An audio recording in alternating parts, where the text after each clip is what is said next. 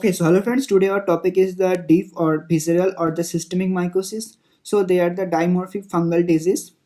So that is the dimorphic meaning both yeast form and the mold form. Okay, so what are the mycosis here? So first one is histoplasmosis, next blastomycosis, coccidioidomycosis, paracoccidioidomycosis, and penicillosis. So first one is histoplasmosis.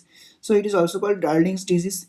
It is caused by the Histoplasma capsulatum pathogenesis. So first aerosol transmission, that is involved through the nasal route, then it goes to the pulmonary involvement, and then from pulmonary it goes to hematogenous spread.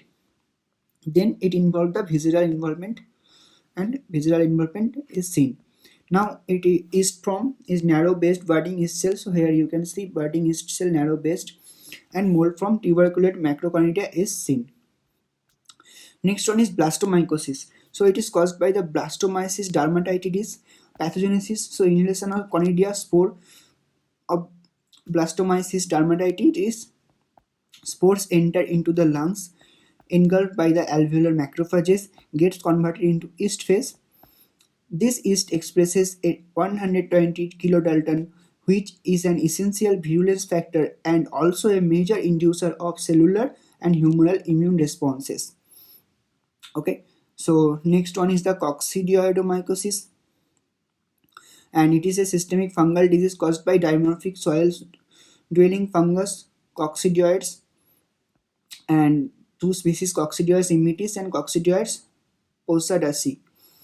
Pathogenesis: inhalation of arthoconidia in lungs, they enlarge, become rounded, and develop internal septations to form large sac-like structure of size up to 200 micrometer, and the structure is called spherules. These contain, now spherules, they encompass numerous endospores. Spherules may rupture and release packed up endospores, disseminate and develop into new spherules. Okay. Next is Paracoccidioidomycosis,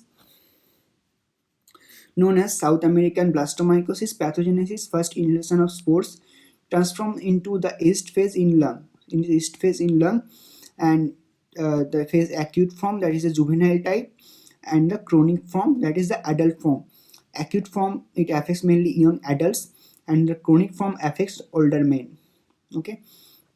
So next is Penicillosis, and it is caused by the Penicillium marnefi in HIV positive patients, and it causes brick red color pigment, and the conidial arrangement is like brush. Okay.